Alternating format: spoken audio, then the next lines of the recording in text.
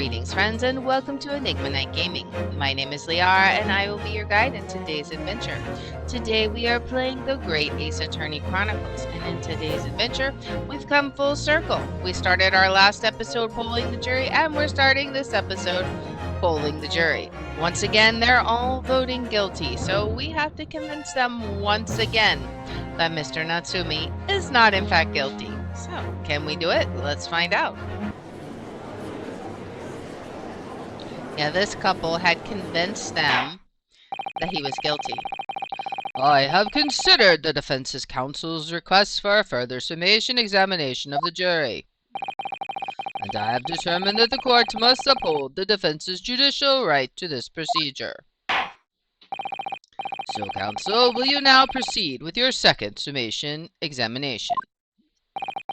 I presume the jury is ready, Mr. Foreman.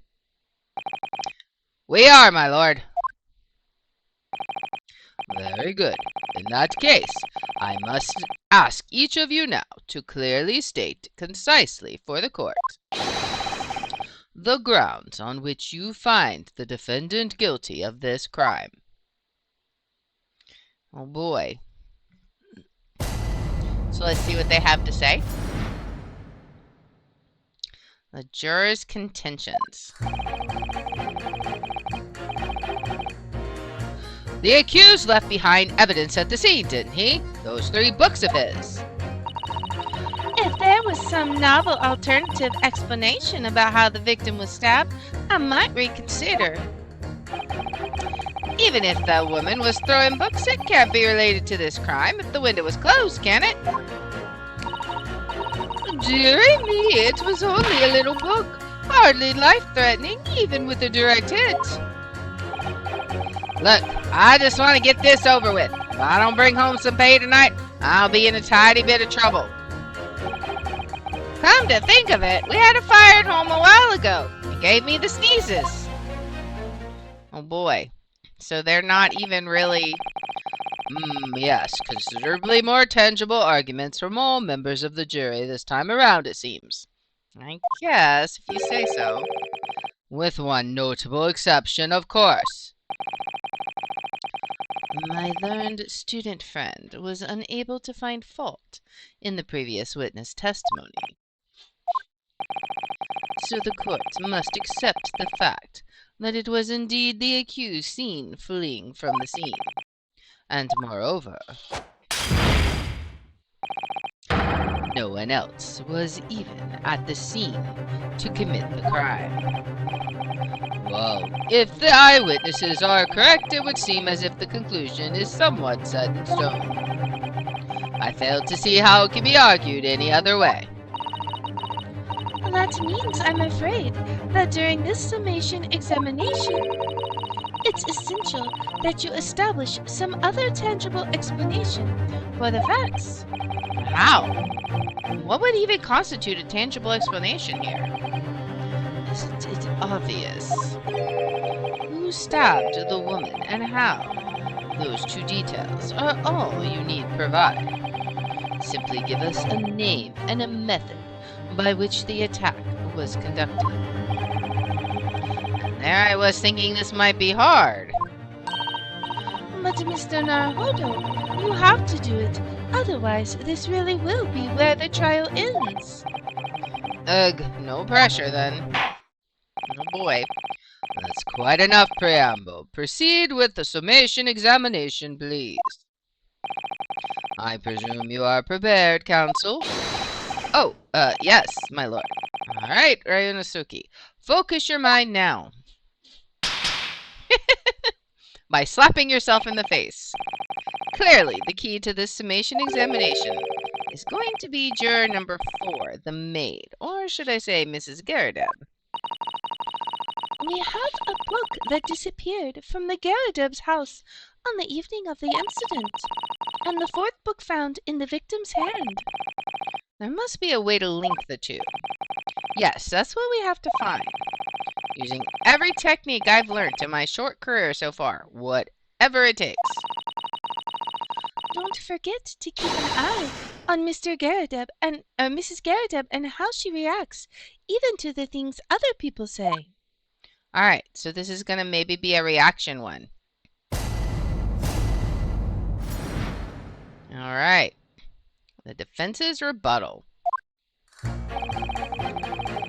accused left behind evidence at the scene, didn't he? Those 3 books of his. Well, we're talking about books, we definitely gotta press here. But as we know now, there were 4 books, not 3. Well, what difference does it make? Let's make sure we always keep an eye on her. Alright. There's every possibility that the 4th book, in fact, belongs to the defendant's landlord. Yes, that's the part I have a problem with. Sorry? Well, at the point the woman was stabbed, this landlord fellow was at home, wasn't he? Enjoying a fiery scrap with his wife or something, you said? That's not exactly how I put it, no. Well, anyway, the point is the fellow and his wife were somewhere else when it happened. I think that's what you call a strong alibi. So it couldn't have been the landlord who did it, which only leaves the Nipponese fellow. Honestly, I can't see what all this palaver's about. It's a done deal, isn't it? I suppose it is, since I've nothing witty left to say. If there was some novel alternative explanation about how the victim was stabbed, I might reconsider. Hold it! We could eventually pit her against someone. So you mean you might be willing to change your decision, you mean? Oh my, such delight on your face, but I'm afraid I shan't be swayed by emotion. Despite what you may think of me, I am a very modern, metropolitan, and rational woman. That's great. If one reads the morning papers, it's all forgotten by tea time, isn't it? So why read them in the first place? Yeah, keep an eye on her. You see, modern, metropolitan, and rational thinking, wouldn't you say? And not at all extreme. As I see it, an overwhelmingly suspicious Japanese man has been implicated by overwhelmingly strong testimony. So despite 1 or 2 minor puzzlements, I do declare that the man is overwhelmingly guilty. Modern, metropolitan, and rational logic, wouldn't you say? Overwhelmingly. Oh boy. But us modern gals are always delighted to embrace new fads, you know. So I'd be only too happy to consider an exciting new theory if you could come up with one. I'd be happy to do that. Too. If only I could. Alright? Let's do our very best not to disappoint the modern and metropolitan young lady. Right. I'm glad you admitted rational there. Even if the woman was throwing books, it can't be related to this crime if the window was closed, can it? Hold it! But what about the possibility that the window was open? What about it? I mean, there's just no way it could have been. Are we sure? How can you be so sure? The prosecutor fellow over there said it, didn't he? Winters in London are no joke. You don't want to invite that sort of cold indoors. So no, that window wasn't open. Us Londoners like sitting by the fire and staying warm, you see.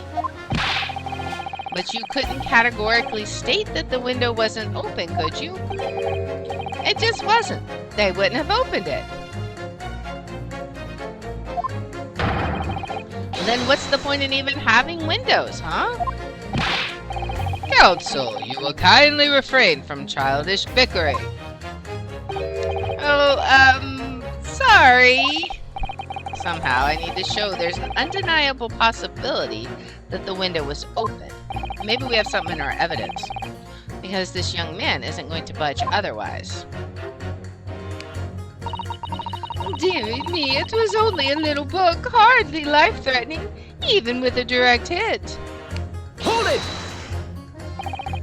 But the little book was on fire at the time, was it not? With flames of love, I'll have you know. there's really no such thing as a loving incendiary bomb. Well, he brought it upon himself. It's playing with fire to betray a fiery love. Isn't it? Well, don't you agree? Any kind of betrayal is certainly a bad thing, yes.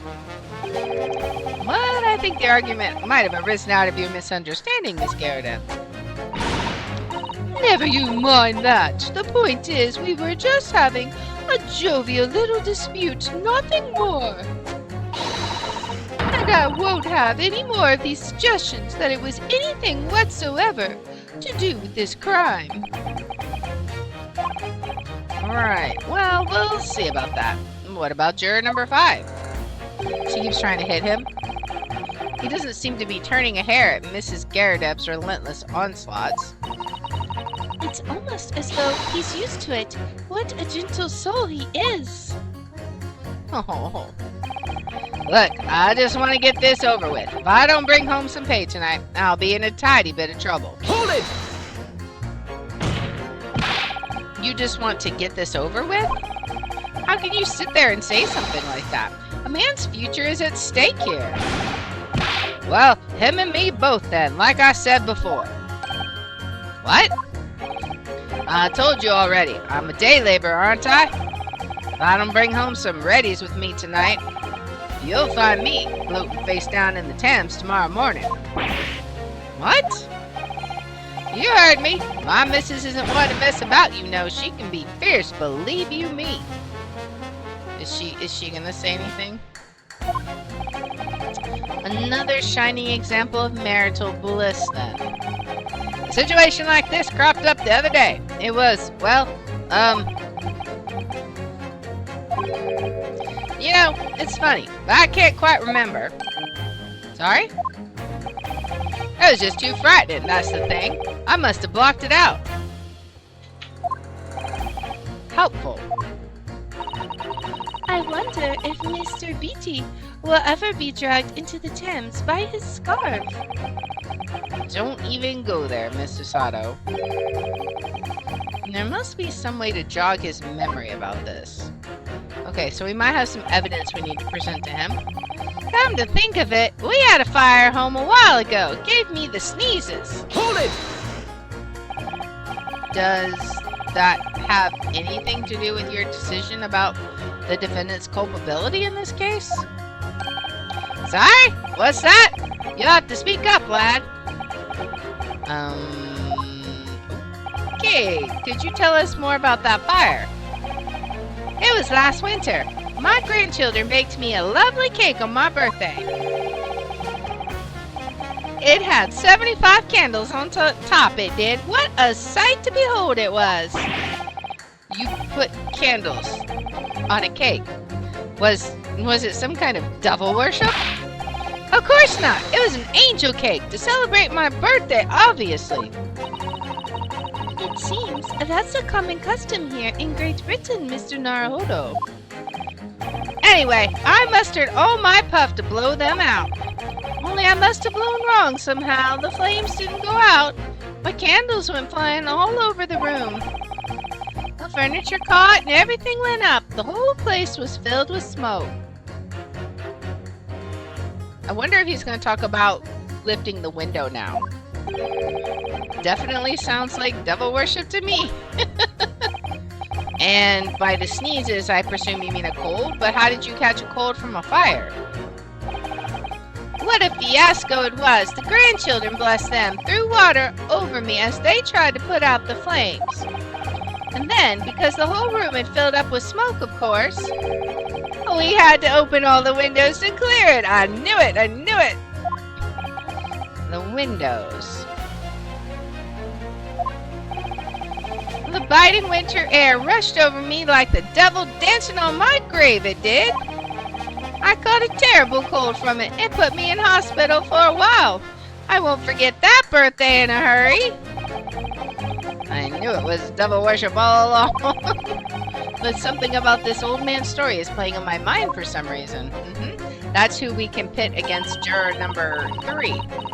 We need to demonstrate who, apart from Mr. Natsume, could have attacked the young woman on the street, as well as how he or she could have done it. Yes, but once again, the juror statements are full of personal prejudice. A lot of them seem convinced they're right, even in the face of logical arguments to the contrary. I think you're going to need to pit them against each other to force them to accept an alternative explanation. Yes. I don't necessarily need to find contradictions between their assertions. Just a connection might do the trick. Alright, I'll see what I can do. If anything stands out, I'll go in for a strike.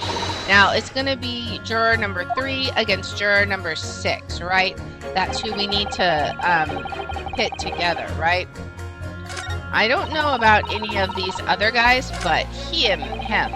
Even if the woman was throwing books, it can't be related to the crime if the window was closed. Oh, can it? But we're going to pitch you against winter house fires are dire. You have to open windows to clear the smoke. That's when the chill gets you, you see. Alright, so let's Objection!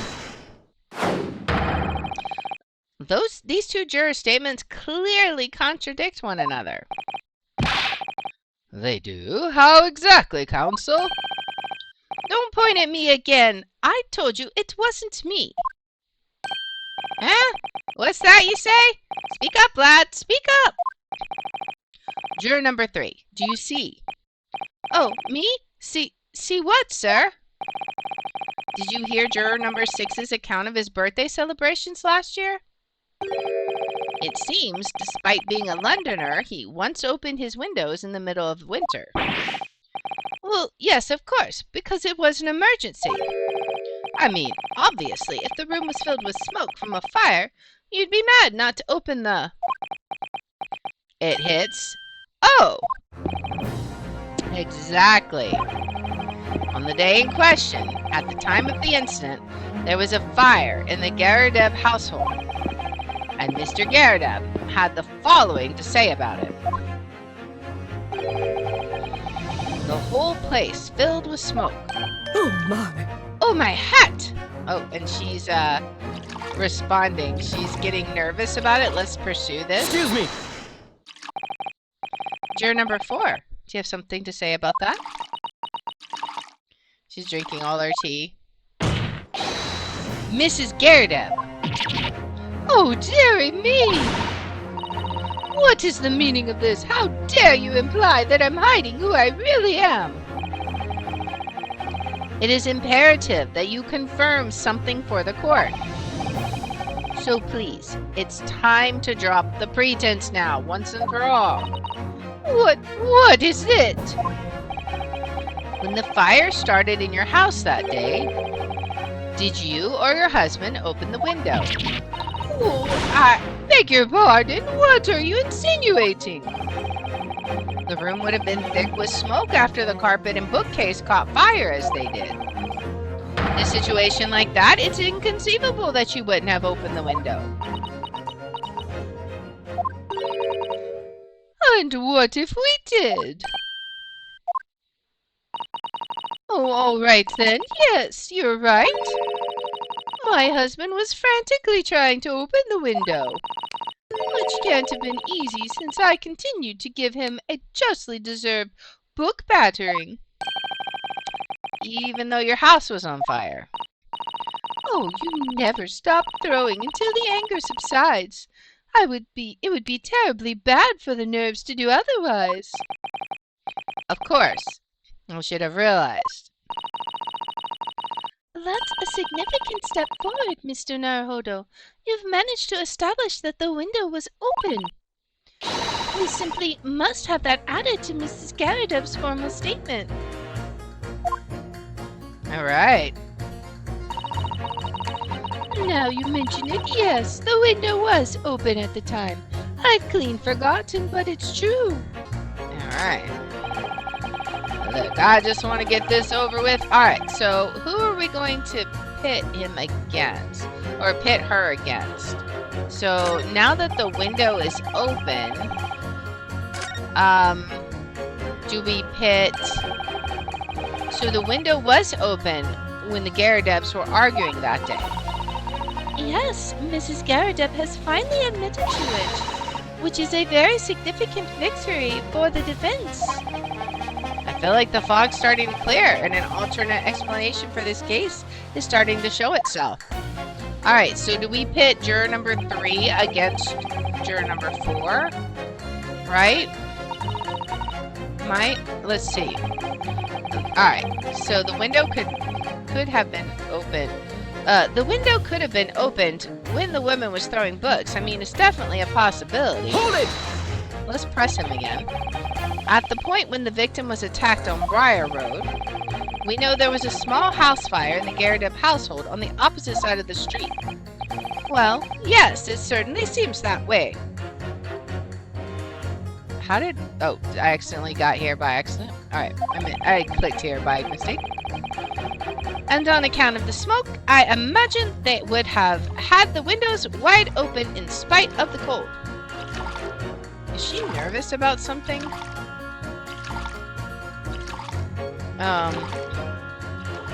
She's like pouring the coffee. She didn't make a sound, but she's like pouring coffee like mad. Do we pursue this? Excuse me.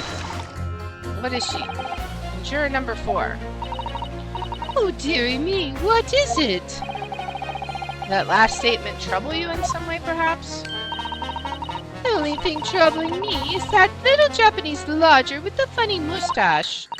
After all, when a lodger moves in, it's rather like having a new member of the family arrive. It might be an idea to use the new member of the family's name then, instead of that little Japanese lodger. Well, the point is, it's very difficult to know what would make a good welcome gift for the man. A book or something nice to eat? Putting aside concerns about presents for the moment, could you maybe focus on the present concerns at hand? Alright. Now you mention it, yes, the window was open at the time. I'd clean forgotten it, but it's true. Okay, so let's press her this time and figure out who to hit against next time, right? The 4th book found at the scene of the crime shows very obvious signs of fire damage. And the title of the book is The Lion's Pride. The same title, in fact, as the book that Mr. Garadeb told us he had been reading.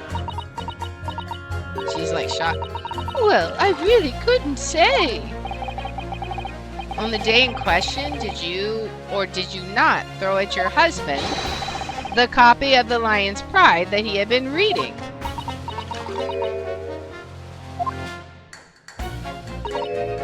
Oh, I did. It was the first thing I could lay my hands on, so I hurled it straight at him. And now you come to mention it, yes. I was rather enjoying reading it, you're right. Why did you not reveal this information to the court from the outset? Because I couldn't, you insolent little man. I didn't remember. At times like that, you pick up and throw whatever you can lay your hands on. As well you know.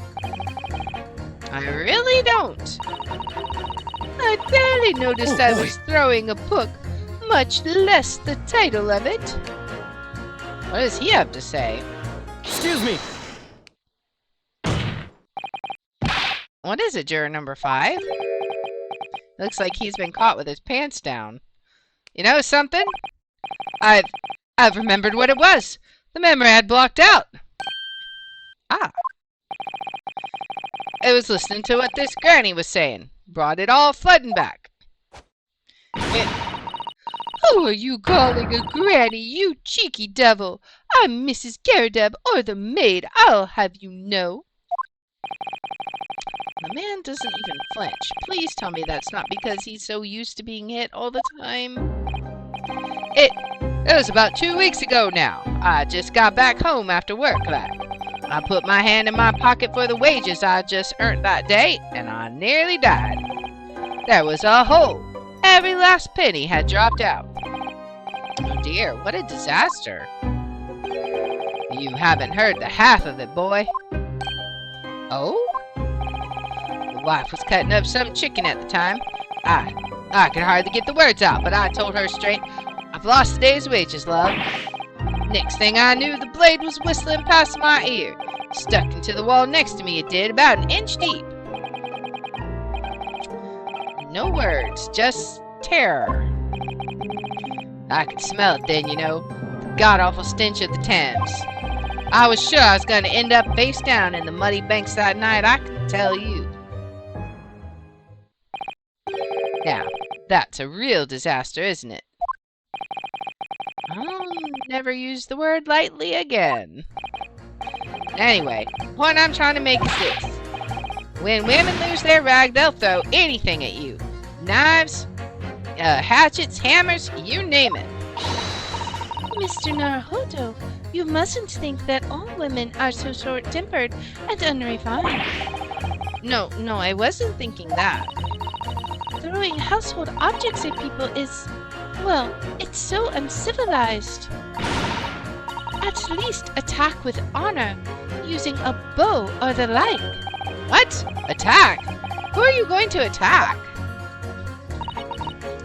Never mind. Anyway, this man's words could be rather significant, I think. Alright, we'll come back to the bow and arrow thing later, if I dare. So do we pit him now against juror number 2 as an alternative theory? A woman in a rage will hurl almost anything at you. The kitchen knife really brought that home to me. So, do we pit her against her? There was some novel explanation. Okay, so let's pit them. Objection! Let's see what happens. Those two statements clearly have a deeply significant connection. Good grief! You mean they don't contradict each other? Explain, counsel, at once. Juror number 2, do you think perhaps that this could be one such novel alternative? Oh my, whatever do you mean? An alternative explanation as to how the victim was stabbed in the back. What are you talking about? We've demonstrated that the fourth book, The Lion's Pride, that was found at the scene of the crime, originated in Mr. Garrideb's room on the top floor of his house. Therefore, it's equally possible that some other object besides the book could have found its way from the Garrideb household to the street below. Eh? What's that now? After all, Mrs. Garrideb could have thrown any number of different objects at her husband. Isn't that right, juror number 4?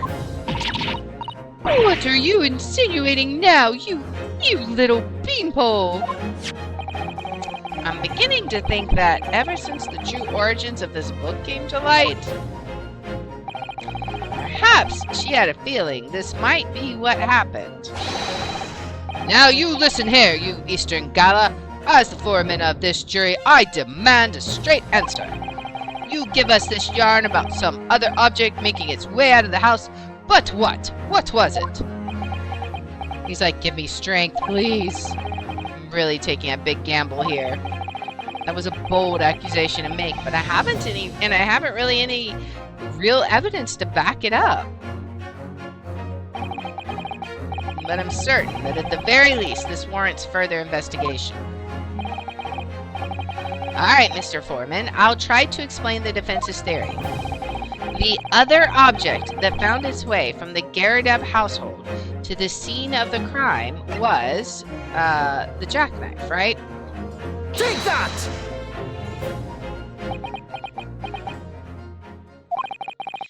Juror number 4, Mrs. Garrideb. What now? I must apologize in advance for this. But I need you to confirm something else for the court.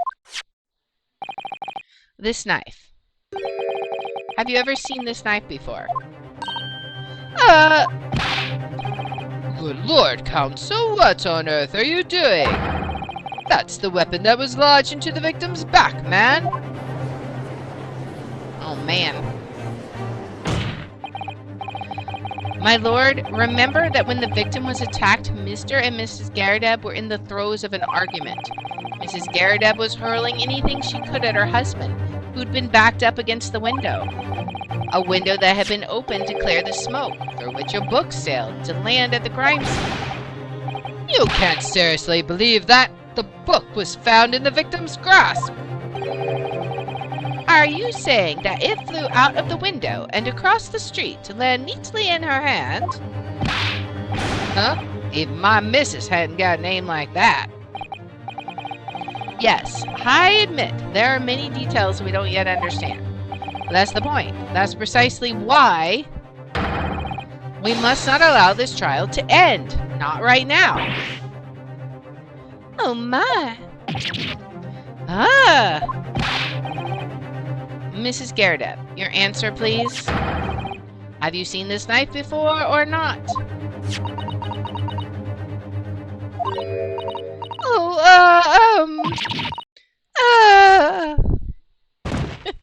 She passes out. Uh-oh. We're gonna have to call a recess because she's passed out. My lord. I wish to change my decision. I'm a woman of my word, after all. Thank you, madam. Yes, I agree. I certainly didn't see this coming, but... surprising. I just don't think it would be right for this trial to come to an end with so many unanswered questions. Mr. Foreman. I'd have to agree. Not that I think the granny did it, mind. Yes, you know what? I'm not quite happy about this at the moment either. Alright. All together now, ladies and gents. Alright. We got our four not guilties now. So we have swayed the jury back. We did it! Oh, congratulations, Mr. Naruto. So, as a result of the defense's summation examination, a number of jurors' leanings have changed. 2 jurors called guilty against 4 now calling innocent. Accordingly, the opinion of this court is divided. And this trial will continue. Oh boy, that's exciting. Did not see this one coming for sure. How wild. Oh boy. Let's see. What does he have to say? Now then, Lord Van Zieks, how does the prosecution wish to proceed? He wishes to pour his blood and then smash it against the lamp. This trial is rapidly descending into a farce. Oh boy, he needs his sustenance. Like a corked wine, the first few sips are bitter enough. Told you he was gonna throw into the lamp. But what follows is so repugnant. It's good for nothing save the gutter. If I may, Lord Van Zieks, the defense has just put forward a credible alternative explanation for what happened. Credible. Is that your considered opinion, Mr. Foreman? The defense's argument is a joke, to which I barely know how to respond. But let me start by insisting that you must all familiarize yourselves better with the relative positions of those places being discussed. What do you mean by that? What's his angle this time? It should already be more than apparent that between the crime scene and the Garadeb household runs a rather wide street, Briar Road. Which means that the distance from the Garadeb's house to the scene is some, yes, 15 yards. Let me see. 15 yards. That's around 14 meters. 14 meters? Oh, that's a little farther than I'd imagine. And as you ladies and gentlemen of the jury rightly noted as having portentous significance, the fourth book was found in the victim's clutches.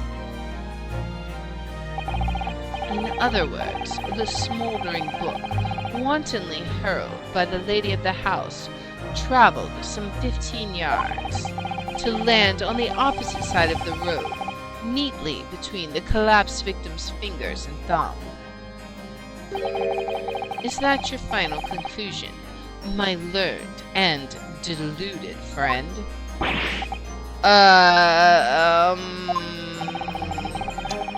And did the jackknife follow a near identical trajectory to plunge into the middle of the victim's back?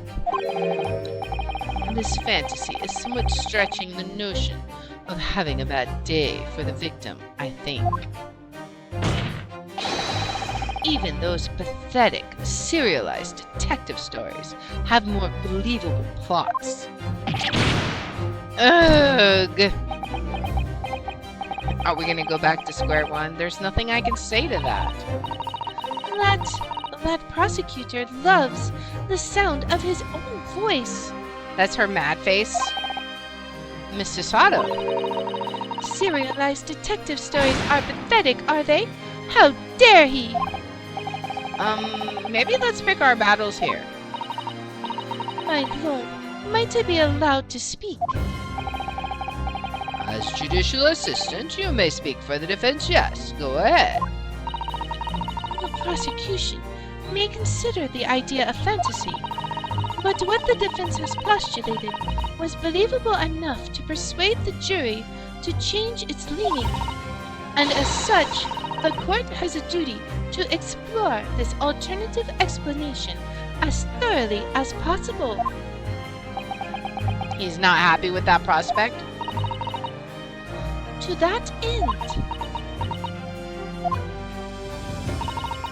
juror number 4, Mrs. Joan Garadeb, must be called to testify and submit to cross-examination. Saints alive! A cross-examination of a juror? Oh man, that's crazy. Order! Order! Order! Well, this is highly irregular. It is unprecedented for a member of the jury to be summoned to the witness stand. Objection! Oh boy, he's just like, I'm getting rid of the whole bottle. And unnecessary. Lord Van Zeeks. They're shocked. There are already witnesses in the stand whose testimony the defense may further cross-examine. If my learned friend's farcical theory has any truth in it, then both a burning book and a jackknife must have flown through the sky before this couple's eyes. And we must assume they would be able to testify accordingly.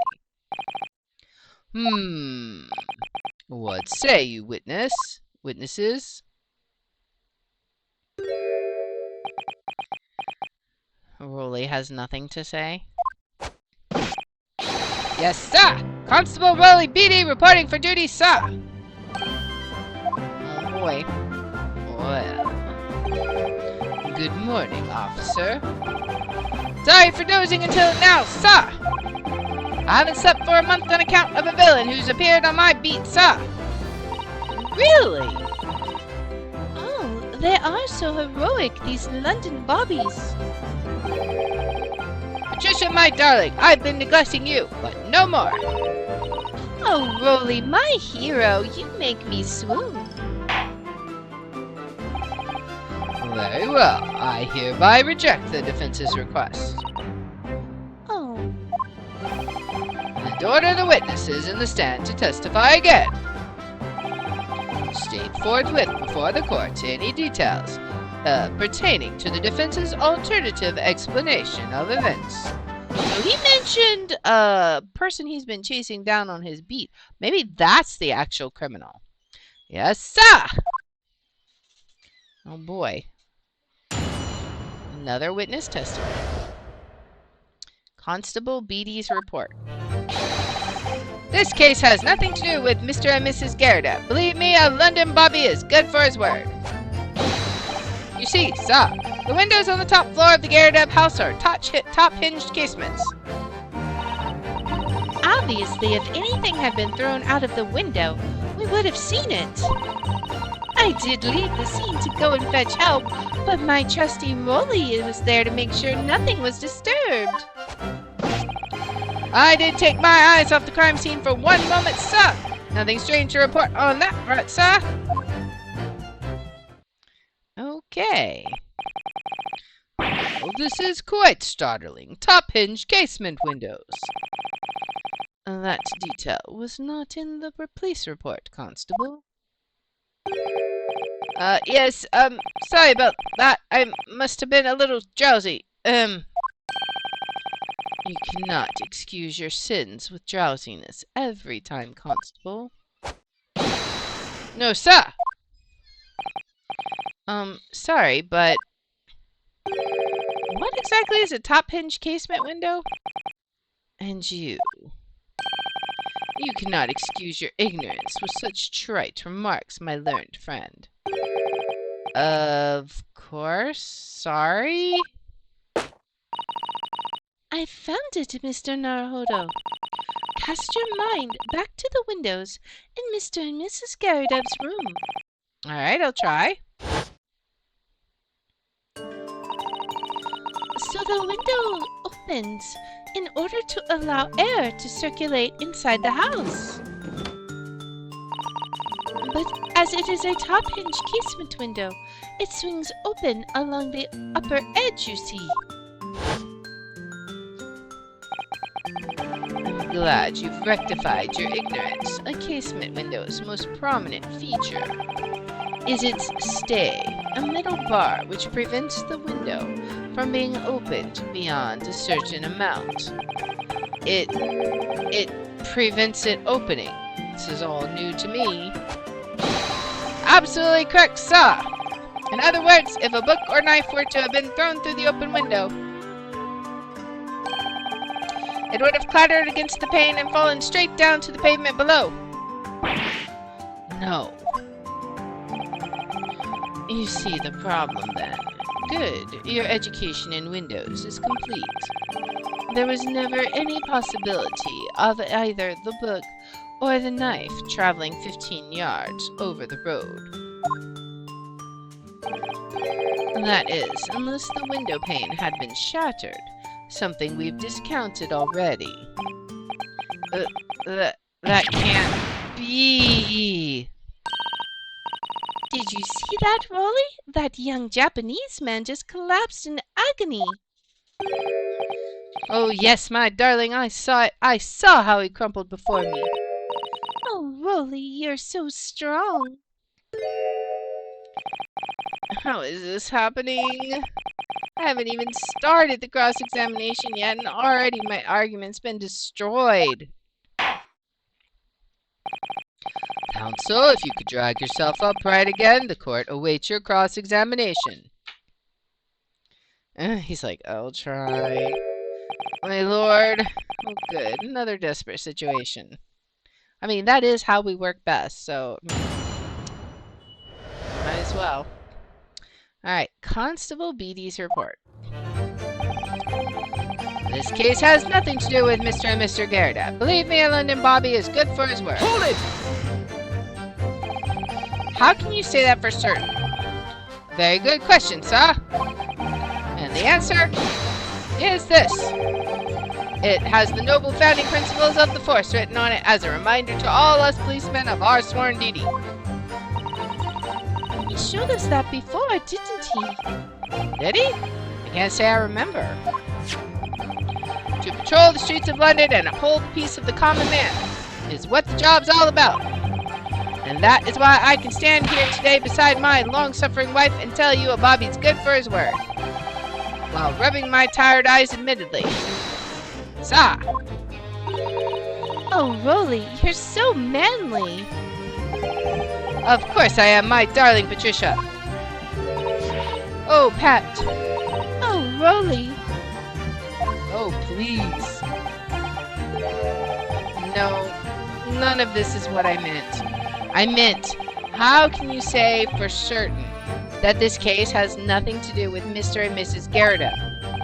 Ah, I see, sir. You should have said so earlier, sir. Yes, well, so could you answer the question? That was a waste of time. Absolutely, sir. I will answer it to the fullest of my ability, sir. There's a surprising reason why Mr. and Mr. Garrett's domestic dispute can't be related to this case. But before I get into that, sir, just one thing. Yes? I'd very much like you and all your countrymen to understand the great British institution of Scotland Yard. So I hope you'll take back some tales of London bobbies and how we uphold our guiding principles. I wasn't planning on going back just yet. I only just arrived here. So, to that end, sir, I'd be happy to lend you my warrant card for your perusal. But I must warn you, you won't be able to get through it without shedding a few tears. Thank you. I'll try. Alright, so Constable Beatty's warrant card has been entered into the court record. A small folding wallet that identifies London bobbies and contains the rules and conduct to which they must adhere. Okay. Alright, let's finish this cross-examination, then we'll look at that. You see, sir, the windows on the top floor of the Garrett house are top-hinged casement. Hold it! By which you mean they don't open fully, is that correct? Yes, sir. They're just there to allow a bit of air through the house, you see, so they're restricted as to how much they open. And therefore, anything thrown out of the window from inside the room would simply strike the pane and fall to the street directly below. For clarity, allow me to mark the map. Yeah, it would just fall out right there. Here is the location where objects would have fallen. Yes, directly opposite the scene of the crime, on the other side of the rather wide road. Would it have been so hard for somebody to mention this top-hinge casement thing before? Well, I have another question for you, Constable. And what would that be, sir? How do you even know? Why would you have any idea what sort of windows Mr. and Mrs. Garrett's house is furnished with? Ah, well, sir, that's very simple. You see, I helped with the investigation yesterday. Excuse me? Excuse me! You have something to add, Mrs. Beatty? Sorry? You look, well, delighted. Is there some particular reason for that? Oh, I was just remembering, that's all. We really were so lucky. Lucky? What do you mean? Well, of course I feel terrible for the poor woman who was attacked. Don't misunderstand me, please. But we were just so lucky it didn't happen on Rolly's beat. It was so close, you see. Oh, I hadn't realized? Oh yes, that street by our road. That's the boundary between Rolly's beat and the next one. Isn't that right, my love? He's asleep now. Constable Beatty! Huh? Oh, yes, that's right. That's the reason I was helping out with the interviewing the occupants of the Garrett household yesterday. Their house is on my beat, you see, sir. That really was cutting it close then. Constable, I wonder if you could clarify something. If the Garrett household is on your beat, does that mean the pavement next to it is as well? Outside Mr. Garrett's house? Yes, ma'am. Pavement on that side of the road is part of my beat. I see. I was unaware of that. Just think, if the woman had been attacked just on the other side of Briar Road, we would never have been able to go for that meal to celebrate our wedding anniversary. But that's the life of a Bobby, after all. Extraordinary people are Bobbies, tirelessly working for the benefit of all Londoners. Do you know what I think? I think it was the good Lord's way of rewarding my Rolly for all his hard work. Don't you think so, darling? That must be it, Pat, my love. That must be it. I think perhaps we should make sure we have that information officially on record. Leave it to me, Mr. Naruhodo. I'll take care of it immediately. Alright. So we have that updated. The pavement where the victim was found lies just outside Constable Beatty's beat, the border of which runs down the middle of Briar Road. And now it's my turn, I think.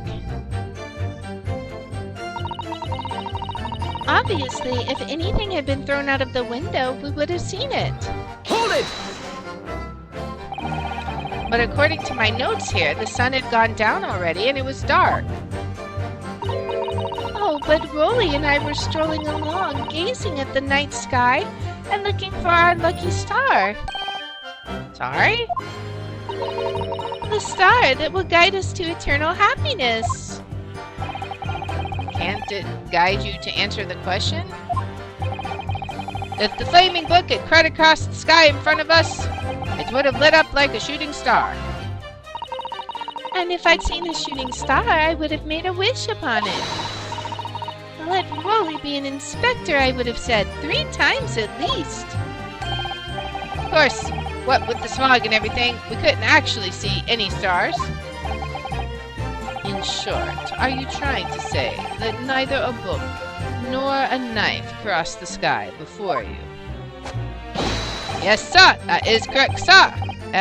Sure as the night sky in London is starless, sir. It certainly seems like they're telling the truth. And then we saw the poor woman fall to the ground, so we ran straight over to help her. Okay. I did leave the scene to go and fetch help, but my trusty Rolly was there to make sure nothing was disturbed. Hold it! Yes, you said you went to a nearby police box to fetch another officer, is that right? That's right, yes. If it had been on Rolly's beat, I would have known exactly where I was going, of course. Don't feel bad, my love. You can't be expected to know the location of every police box on every beat. So Rolly told me the way, only I sort of got a little lost on the way.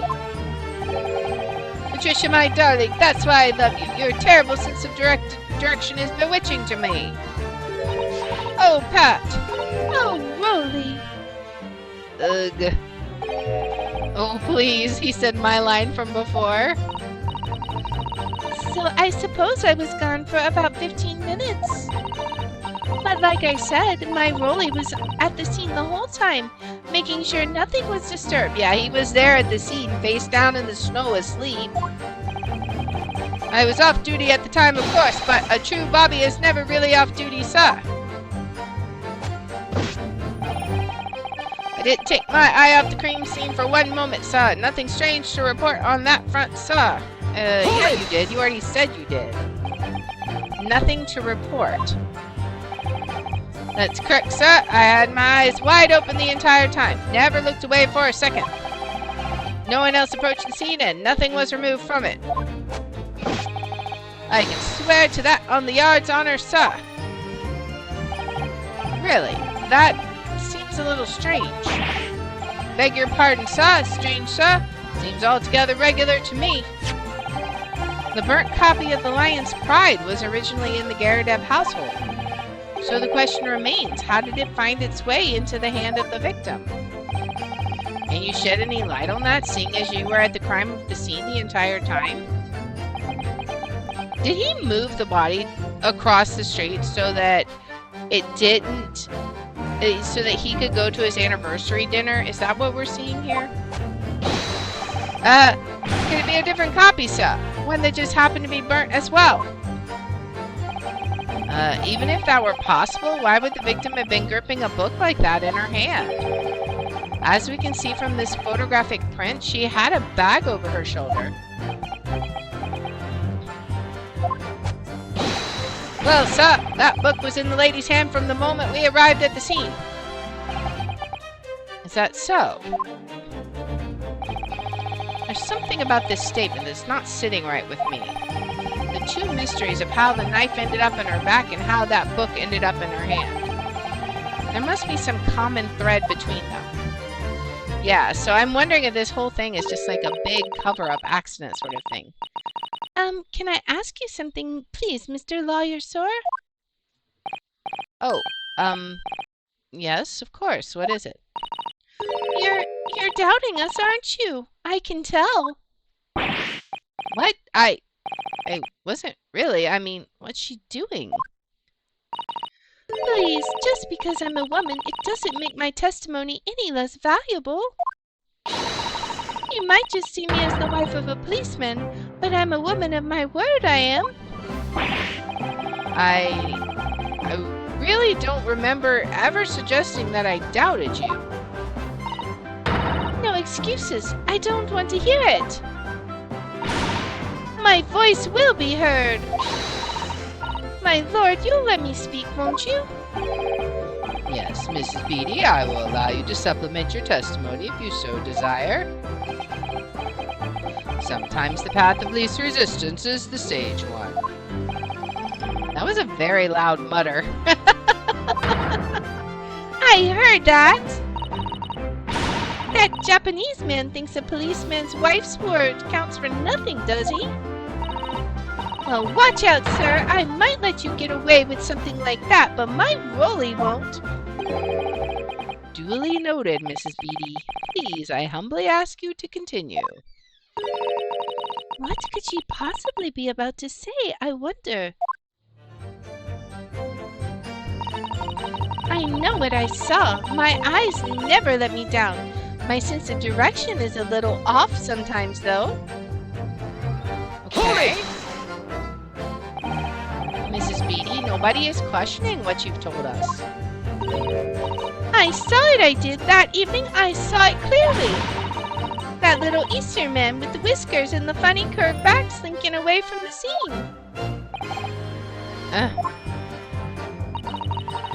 And I know what I didn't see as well. I didn't see any flaming books or knives flying through the sky. Oh, very clear. You also mentioned something about having a poor sense of direction. Oh, yes, well, that's a little embarrassing, really. I'm always ending up at the wrong place when I've made arrangements to meet Rolly. He gets ever so cross. Alright. Excuse me. Constable Beatty, is there a problem?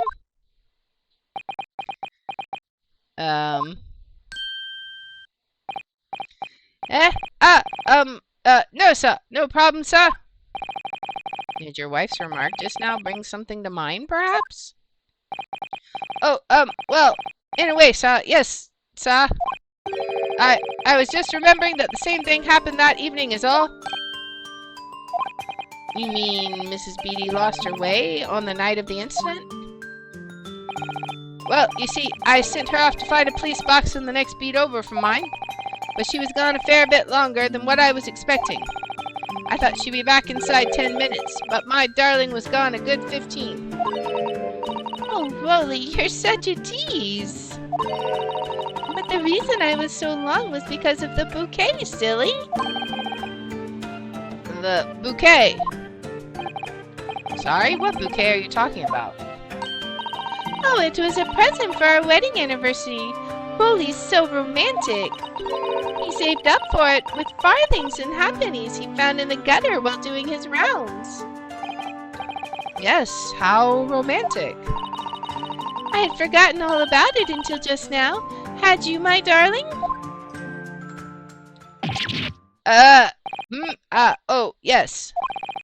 But that was just between us. No talking about it to anyone else, darling. You have to promise. Really? Oh. What was that all about? Constable Beatty looked very obviously troubled during that exchange. I'm afraid I can't offer any useful insight to Mr. Naruto. But I'm quite sure of one thing. We have to ask Mrs. Beatty about the bouquet. Mrs. Beatty, the bouquet you just mentioned. I'd like you to add details about it to your testimony, please. Oh, really? Yes, I'd love to. He's like, What happened was I dropped my bouquet and ended up losing my way for a while. Hold it! You mean you dropped the bouquet at the scene of the crime? Yes, that's right. Oh, I was so upset. When we ran over and saw it was a woman with a knife in her back, I was so shocked I dropped the bouquet Rolly gave me. It was in a dark spot where the streetlights weren't casting any light, so I didn't notice at first. And then you went to the police box to report it to the policeman whose beat it was on. Yes, and I came back to the scene, together with the other constable, you see. That's when I spotted my bouquet again. But the funny thing was, when I went to pick it up, it was nowhere near the victim's body at all. In case you need reminding, Mrs. Beatty, the victim is not deceased. They did move the body. I was all flustered for a moment before I heard a voice calling me from the other side of the road. Your husband, presumably. That's right, silly me. I'd gone over to the wrong side of the street. Although I'm going to blame the bouquet this time. I can't think how it got there. I really can't. So the bouquet somehow moved from one side of Briar Road to the opposite. No, no, no, no. Somebody tampered with a crime scene. Curious indeed. Isn't it? But the worst of it is I forgot to pick the bouquet up again when we left the scene. That beautiful rose Rolly bought me with that change from the gutter he spent so long collecting. By bouquet, do you perhaps mean this, solitary rose? Oh, yes, that's it. That's the bouquet Rolly bought me for our anniversary, with old bits of change he found in the gutter. Maybe just call it a rose. Tell us, Lord Van Zeeks, where did you come by the flower? According to the report by the police officer in charge of the crime scene investigation, it was found on the edge of the pavement in front of the Garadub household. In front of the Garadub's house? Although it wasn't noticed until the morning, as it lay where the street lamps cast no light. It was believed to be of no relevance to the case, since it was found on the opposite side of the thoroughfare. Oh, thank you, sir, thank you. Could I have it back now, please? No, I think for good measure this road should be added to the court record as evidence. Oh. All right, I think this is huge. Oh my gosh, like I'm getting an idea of what is actually happening here. This is amazing. A present for Patricia Beatty from her husband Rolly. The shock of seeing the stabbed victim caused Mrs. Beatty to drop the rose where she stood. But it's a symbol of our love. I want it back after the trial. Do you hear me? I want it back. Good grief! Rest assured that I shall do my very best not to forget, Mrs. Beatty. I didn't take my eye off the crime scene for one moment, sir. Nothing strange to report on that front, sir. Hold it! Are you sure? Nothing to report. Let's see, that's correct, sir. I had my eyes wide open the entire time. Never looked away for a second. No one else approached the scene and nothing was removed from it. I can swear to that on on the yard's honor, sir. Except for the rose. Really, that seems a little strange. Beg your pardon, sir. Strange, sir. Seems altogether regular to me. Burnt copy of the Lion's Pride was originally in the Gardav household. So the question remains, how did it find its way into the hand of the victim? So I think it fell out of the Garadev's house. She picked it up, and somehow the knife landed on her from the window, right?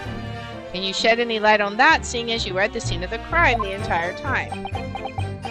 Alright, are we going to get any new information with this? Could it be a different copy, sir? One that just happened to be burnt as well? Even if that were possible, why would the victim have been gripping a book like that in her hand? As we can see from this photographic print, she had a bag over her shoulder. Well, sir, that book was in the lady's hand from the moment we arrived at the scene. Is that so? There's something about that statement that's not sitting right. Exactly, it's a lie. I mean, well, it's a misdirection. Alright, there must be some common thread between them. Alright, what can we connect? Well, Mr. Naruhodo, what do you make of all this? Yes. The whole idea of an invisible attacker has been troubling me all along. But I believe I'm starting to get a picture of what really happened here now. Now, the fourth book that had no business being at the scene of the crime made me sure that Mrs. Gardav was hiding something from us. But it's becoming increasingly clear that someone else has been hiding something from us as well. I think I may already be armed with everything I need to strike a decisive blow here. This time, it's going to expose the whole truth about this mysterious affair. Alright, before we do that, let's look at the court record. Alright, so, we've got this. This is the rose. Is there anything we can find here? What is this? It's a very stylish paper the flower's wrapped in, isn't it? It's just an old newspaper, Mr. Naruhodo. Oh, I suppose it's because I'm not used to seeing English print. It looks so exotic to me. Ah, I see. Is something wrong? Oh, no. I was just thinking that if you wrapped a stone-baked sweet potato in English newspaper, it might look like some sort of fancy cake. Ah, Susada-san, you do love your cakes. Alright, let's look at the flower itself. An English rose. It's such a beautiful flower. Ah, this is a rose, is it? I've never seen one before. Do you not take an interest in flowers, Mr. Naruhodo? I wouldn't say that exactly, but I do know 3 types at least. Gosh, 3? Yes, plum blossom, peach blossom, and cherry blossom. Perhaps you should consider branching out. Learning some that aren't fruit tree based, for example? Alright, I guess that's all. Right? Nothing else special about this? Okay, let's go back. Let's look at the warrant card, right? Number 1, a policeman will strive to preserve the peace within his allotted beat. Item 2, a patrolling officer is expected to walk 20 miles around his beat every day for the furtherance of community relations. Any crimes fall under the jurisdiction of the beat in which they are discovered. When a crime is discovered on his beat, a policeman must assist with the initial investigations and help detectives. Okay, I feel like that's going to become important. Alright, let's see what we can do. So this case has nothing to do... Okay, so I think that's fine. Alright, so this is talking about the top hinge casements. Obviously, if anything had been thrown out of the window, we would have seen it. Nothing we say to that, I don't think. This was talking about she did leave the scene to fetch help, but Roy was there to make sure nothing was disturbed. Maybe we present the rose there, but I'm not sure yet. Let's just see. So what happened was, this is when she dropped the bouquet and losing her way. I didn't take my eye. Okay, now let's present the rose here maybe. Because if he didn't drop that, then explain this. Objection! Explain the rose. You claim, Constable Beatty, there was nothing to report in the 15 or so minutes you were guarding the scene. But that cannot be.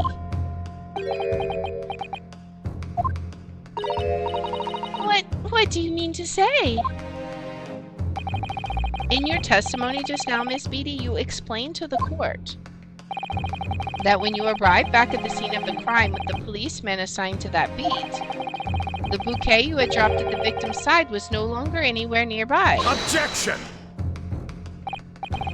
Yes, on the opposite side of Briar Road to where the victim was attacked. But considering the size of that meager bouquet, if a single sorry bloom can be so described, no doubt it was blown in the wind across the street, back into the gutter where it belongs. You're so condescending. Meager? Objection! But if that were the case, why did Constable Beatty not testify to the fact?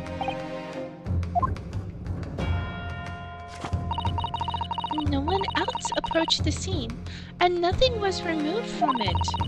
Constable Beatty swore to that on Scotland Yard's honor. But the bouquet belonged to me. It has nothing to do with the case. That's why Rolly didn't mention it, I'm sure. No, because sadly, it's not only your bouquet we're talking about here. More than one thing in this case is mysteriously the wrong way round. What are you talking about? Think about it. Besides Mrs. Beatty's bouquet, there's Mr. Garrideb's book. Mr. Garrideb's copy of The Lion's Pride, which was thrown out of the window by his wife, would have struck the pane of the casement window and landed here on the west side of the street. And yet, it was actually found here on the opposite side of the road in the victim's hand. Meanwhile, according to the testimony we've heard, Mrs. Beatty's bouquet should have been dropped here at the scene of the crime on the east side of the street. But in fact, it was actually found here on the opposite side of the road in front of Mr. and Mrs. Garrideb's house. There's no logical explanation for those things unless somebody deliberately moved them. Exactly. What are you trying to say? The way you're talking, it sounds like you think my Rolly's done something wrong. Don't you listen to a word that scrawny lawyer says. Wittering on about books and bouquets. Why should we care? It's nitpicking, that's what it is. Well, good. Mrs. Garrideb's come around. Yay! You might call it nitpicking, Mrs. Garrideb. But deliberately meddling with the scene of a crime is a criminal offense. It's called, tampering, Mr. Naruhodo. But the person responsible for this tampering cannot admit to it. For a very subtle but compelling reason. Objection! Tampering. You've barely heard the term before. Tell us, my learned friend, who would possibly have had cause to carry out such an elaborate deception? Well, Rolly, of course, because he wanted to go on his anniversary dinner and didn't want to have to work some more, right? Yes, there is someone who tampered with the scene of the crime that evening. All the evidence and all the testimony points to that one particular person. Counsel, I must demand that you substantiate this conjecture. Who are you saying is responsible for tampering with the scene of the crime? It's gotta be him, right? Take that! Obviously, there's only one person it could have been. Constable Rolly Beatty. It was you. What? A policeman? A member of Scotland Yard? What nonsense! Why would my Rolly do something like that? There's no one straighter than my husband. No Bobby works more tirelessly for the people of London. Mrs. Beatty, you said in your testimony that your husband asked you to go to a nearby police box to fetch the officer on duty. The 15 minutes that you were absent from the scene is the only opportunity anyone had to tamper with it. You're making it up. It's all nonsense. It's all lies. What about that Japanese man with the whiskers? I bet it was him. He did it. Objection! I mean, if he did, then Rolly still lied. If that was true, Constable Beatty would have seen him do it. Oh. And forgive me for pointing it out, but when you dropped your bouquet, Mrs. Beatty, it was after the defendant had fled the scene. Oh, well... Objection! First, you make an accusations about the landlord and his wife, and now you incriminate a policeman as well. But your accusations lack one very important thing. What would that be? You claim the crime scene was tampered with. But there is only one reason anyone would commit such a reckless crime. To hide something. No, not necessarily. That's right, he's right. But my husband and I just happened to be there, that's all. So why would we have anything to hide? It doesn't make sense. You've offered no motive for this alleged tampering. And until you do, your accusations are nothing but empty threats. Are you ready for the knockout? You ready for a knockout, man? I'm ready. Constable Beatty had a very good reason for wanting to tamper with the scene of the crime. That's the key to this entire affair. Indeed it is. Mr. Naruhodo, have you managed to solve this mystery? I think I have. Counsel, you have made a very serious accusation against a London police officer. If you are mistaken, I'm sure I need not point out that your reputation as a lawyer will be irrevocably damaged. With that stark warning in mind, you will now explain to the court the motive for this alleged tampering. Yes, my lord. Alright, here we go. We saw it just a moment ago. Constable Beatty's motive for tampering with the crime of the scene was to hide where the victim fell.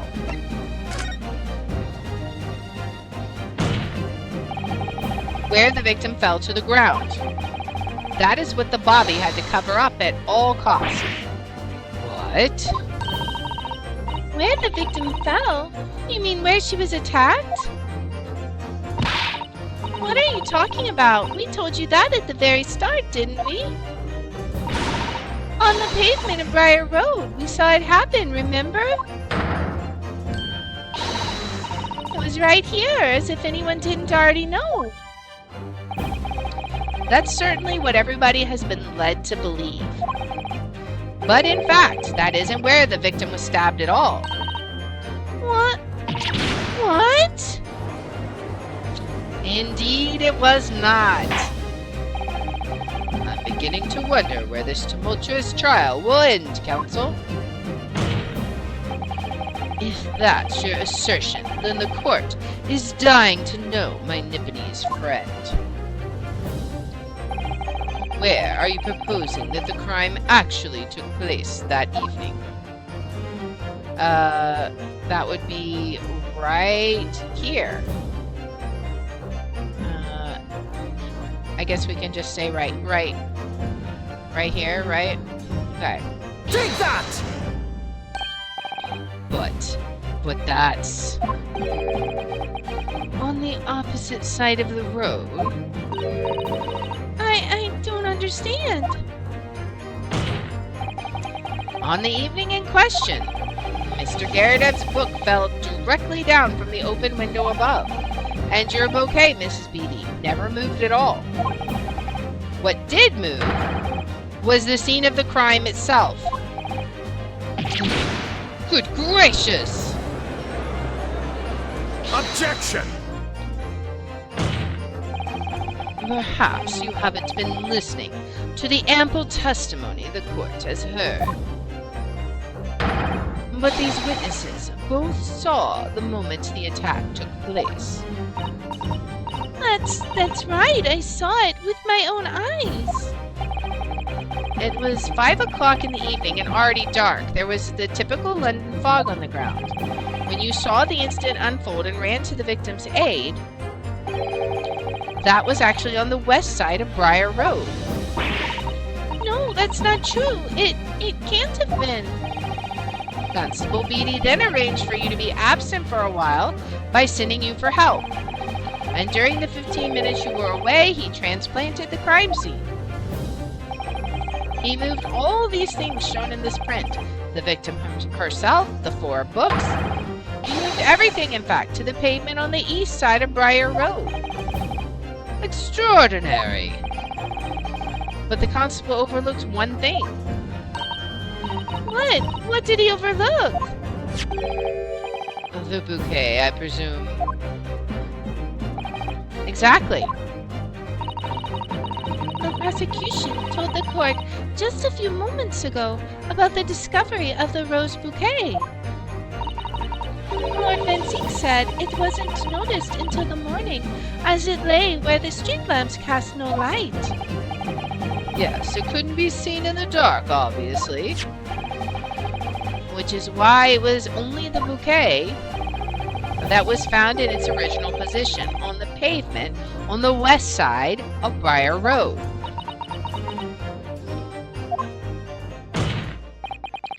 And that is the defense's theory about what really happened that evening. How do you respond? Constable Rowley BT? Is he going to confess?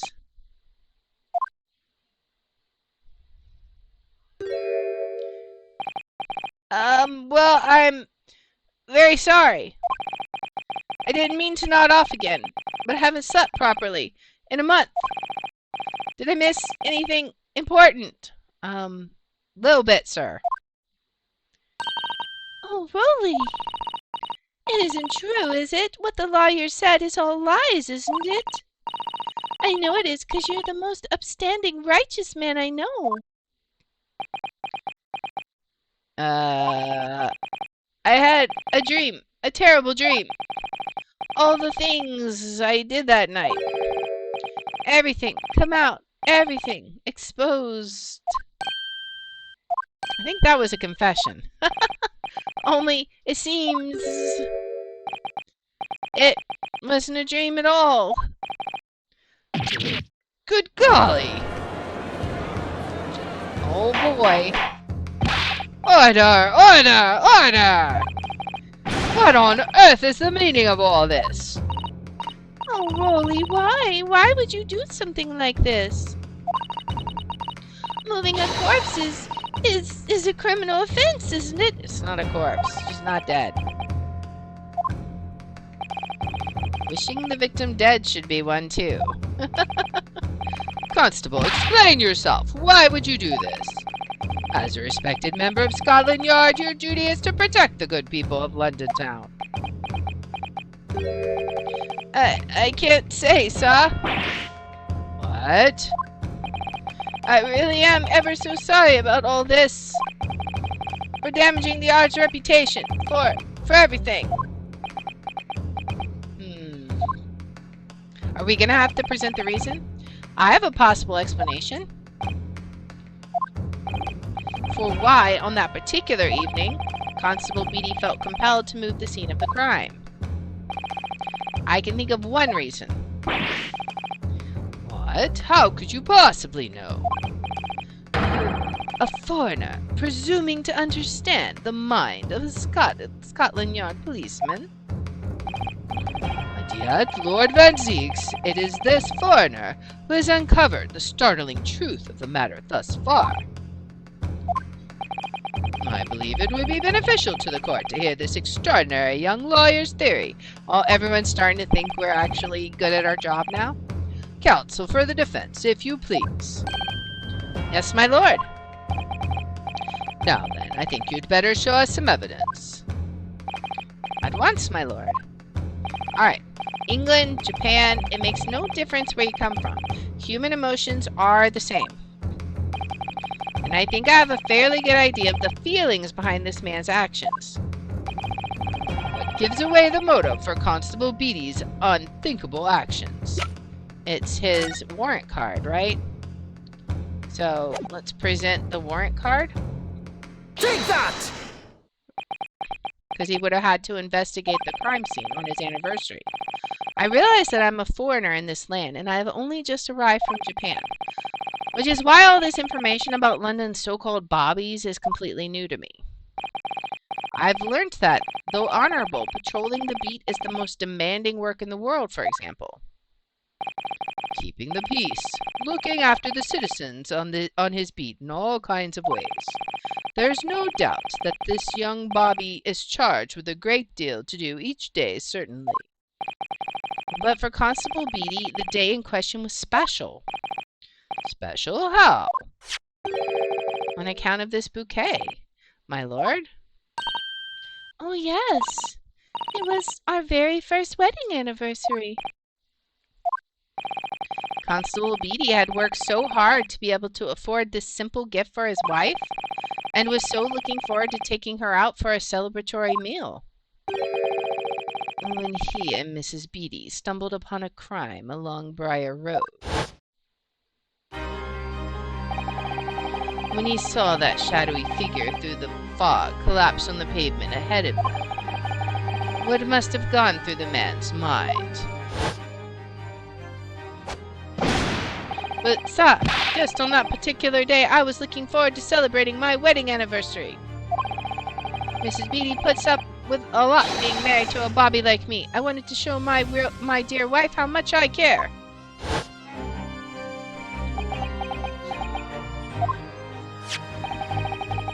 This is the warrant card that Constable Beatty offered to lend to me earlier. Inside, among the rules for patrolling policemen, it says, when a crime is discovered on his beat, a policeman must assist with the initial investigations and help detectives. Aha!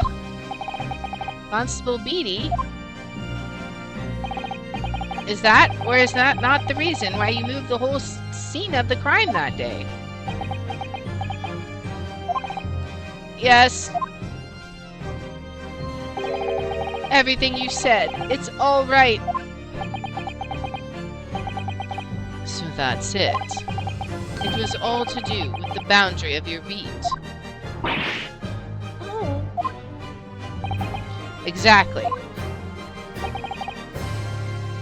To summarize, the incident actually occurred on Constable Beatty's beat. Good gracious! Constable, do you realize the gravity of what you have done? It was the first time since I became a copper that I'd ever cursed God. Stay close to me, Pat. The criminal could still be lurking somewhere. As we ran over to the scene, I had every intention of doing my duty as a police officer. We've got to report to the station as quickly as possible.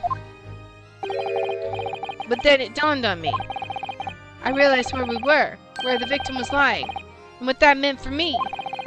When a crime is discovered on his beat, a policeman must assist with the initial investigations and help detectives. Why here? Why did this have to happen here? And why tonight, of all nights? Why? Man. It's a copper's job to guard the scene of the crime, so I told Pat she'd have to go to the nearest police box and fetch whoever was on duty there. It was then, when I opened my mouth to speak, it just came out. I couldn't believe the words that were coming out of my own mouth. This is the next beat to mine, Pat. So you'll have to go to the police box that covers it. Turn right along Measham Street, and then...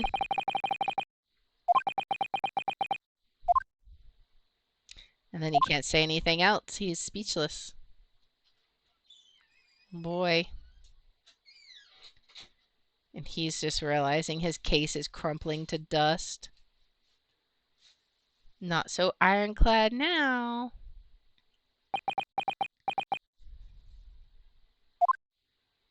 Everyone's quiet.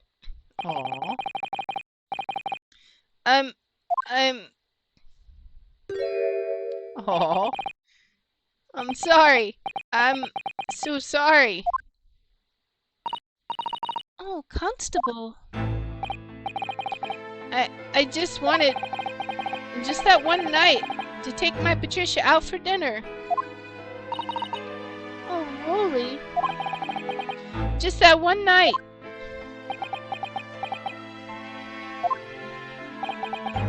And you knew that if the incident was on your beat, your evening of celebration would be ruined. And so you decided to move the entire crime scene outside your jurisdiction, just across the street to the east pavement of Briar Road, which falls under the neighboring beat's care. You see, I thought... well, I was sure the victim was dead, you see. I beg your pardon? Oh, of course he did. Otherwise, my Rolly would never have left the poor woman on freezing cold pavement. Ah, I see your meaning now. But God got me back from my sins, didn't he? That's why I missed the rose I bought for Pat. Oh no, Rolly, that was all my fault. I should never have dropped it in such a dark place. I'm so sorry, Rolly.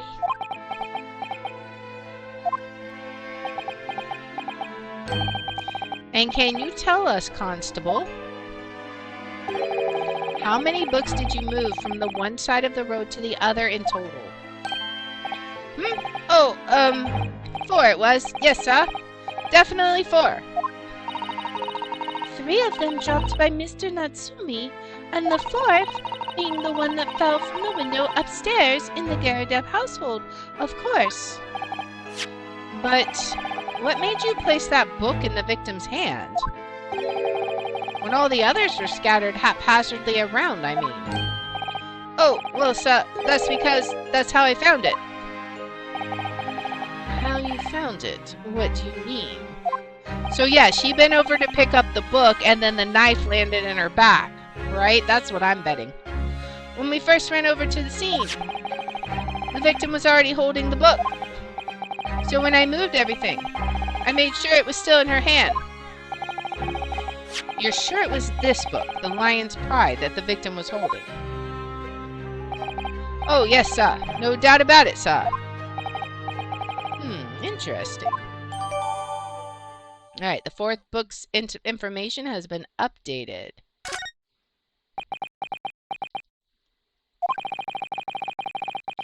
I thought it was an open and shut case at the time, you see. There were only the 2 people at the scene, and Pat and me both saw it happen. However, which way you looked at it, it had to be the fellow who'd run off and who'd done it, I thought. I couldn't see the harm, really. I didn't think moving it all over the road would make a jot of a difference. I suppose this is it for me now. I've had it. Aw. My lord. Yes, Lord Van Zeeks. I believe that concludes the cross-examination of the witnesses. Indeed. Indeed it does. Constable, you may withdraw. Yes, sir. Mr. Prosecutor, sir? What will become of my Rolly? What will happen to him? For now, you are free to go home. The police will contact you in due course. Please don't punish my husband. This was all my fault. It's because I'm always moaning at him for coming home late. Leave it now, Pat. Let's go home. I'm tired. All right then, my love. One last thing, Constable. Sir? Let this be a lesson to you. In a criminal investigation, every detail matters, however insignificant it may seem to you. Yes, sir. carve that lesson in your mind. Not so arrogant now, are you? And never again make the mistake of tampering with the scene of a crime. Never again, sir? You mean to say... Leave, now. This trial is not yet over. Sir!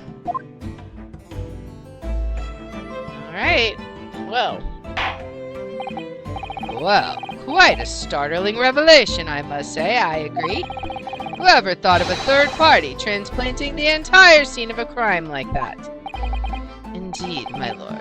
Nevertheless, there are some immutable facts here. Principally, that the accused, Mr. Soseki Natsume, is the only person who could possibly have committed this crime. Wrong! Objection! No, I disagree. Now that we know the true scene of the incident, there is someone else. Another person who could be responsible for the knife in the victim's back.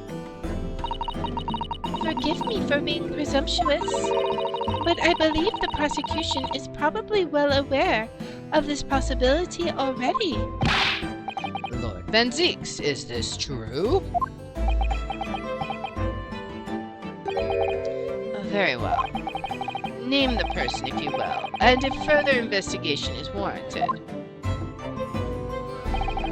The prosecution has no objection to the trial continuing. You will name this other person who could have perpetrated the crime. That would be Mrs. Garrett. Take that! The defense would once again like to request the cross-examination of a new witness, my lord. Once again. My assistant made the same request earlier. In order to finally reveal the truth about this case. It is imperative that we cross-examine juror number 4, Mrs. Joan Garrett. Me? Me? Oh, dearie me! Objection! That request has already been denied. Objection! But the situation is very different now. Mrs. Garrett, answer me this. What do you want now, you little toad? At the time of the incident, you were engaged in a violent argument with your husband, Mr. John Garrett. In the course of the argument, a minor house fire was ignited. And to clear the smoke from the room, your husband opened a window that looks out over Briar Road. Well, what of it? You threw this book at your husband when he was cornered with his back against the window. Upon striking the pane of the open top hinge casement window, the book plummeted directly down, finding its way to what we now know to be the true scene of the incident. Yes, and as I said, what of it? During the argument, you were beside yourself with rage. As such, you threw not just books, but anything you could lay your hands on. So, let me ask you one more time, Mrs. Garrett. This knife, the one removed from the victim's back, have you really never laid eyes on it before? Is she gonna faint again? I don't recall it. Seriously? Am I supposed to remember everything I picked up and threw at my husband? And anyway, the man over there and all that regalia said that members of the jury needed testify, didn't he? Conveniently, yes. Objection! No, I have no recollection of saying that at all, juror number 4. Oh! Make no mistake, you jurors are not special in any way. You are not immune to the judicial process. If you know something about this knife, madam, let the truth come out. But that's just a common or garden knife. It could have come from anywhere. We have several like that at home. If one went missing, how would you expect me to know? What's that? Are you joking? What are you saying, please, Mrs. Garrett? Oh man, did she just basically admit? Now you listen to me. I refuse to believe all this nonsense. I couldn't bear the thought that I'd injured someone. Do you hear? I couldn't bear it. Oh, the poor woman. So yes, I want evidence. I want to see hard evidence if you're going to insist on this being my fault. You're going to have to prove to me that I threw that knife if that's what you think. Come along now, chop chop. Do your worst. Well... Well, Mr. Naruhodo? If I had evidence like that, believe me, I would have thrown it at her already. Then take the stand, juror. Oh! The prosecution does not object to the defense's request to cross-examine this woman. Thank you, Lord Van Zeeks. I'm going to have to testify? Juror number 4. As I'm sure you will appreciate, having observed it with your own eyes today, witness testimony can lead to the most extraordinary truths being unearthed. Truths of which the witnesses themselves may not even have been aware. Oh, dearie me! So I demand your full and unadulterated testimony, Mrs. Garrett. And mark my words, in this court of law today, we shall extract the truth. Do you concur, counsels? Certainly, my lord. Oh, that's what I'm hoping for, my lord. Oh boy.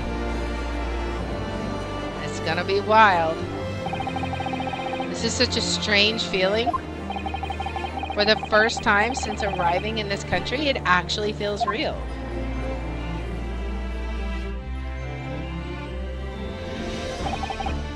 I'm here in the Old Bailey, and I'm a lawyer.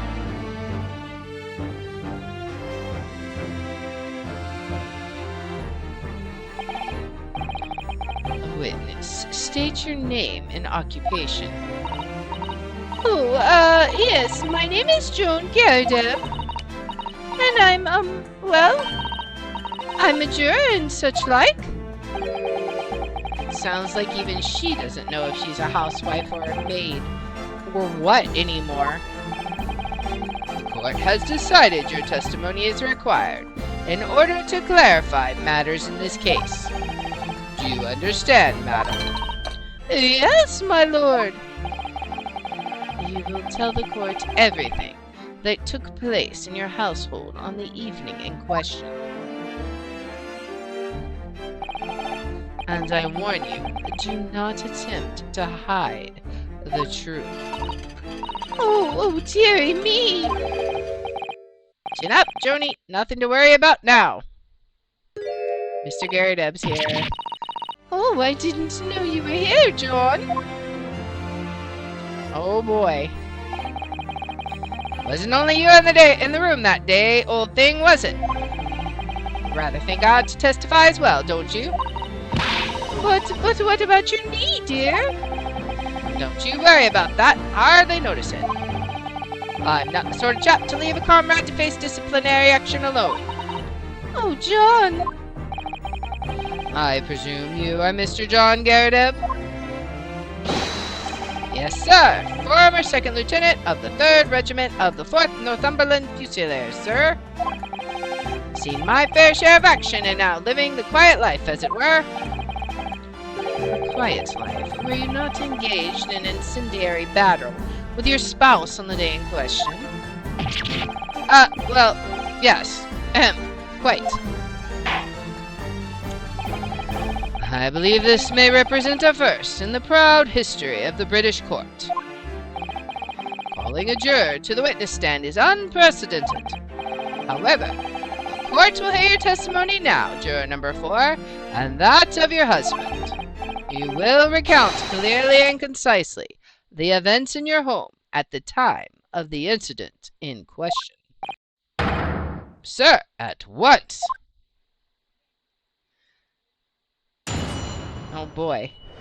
And we're going to pause it here for what will undoubtedly be the exciting conclusion of this case. So if you like this kind of content, please make sure to like, subscribe, follow, share, all that good stuff. If you want to watch live, we're on Twitch at twitch.tv/thehour27. I have my schedule posted on the about and in the description. And if you want to see which games I'll be playing each day, I post them on twitter.com/thehour27. And I hope you'll join me in the next one. Until then, guys, bye.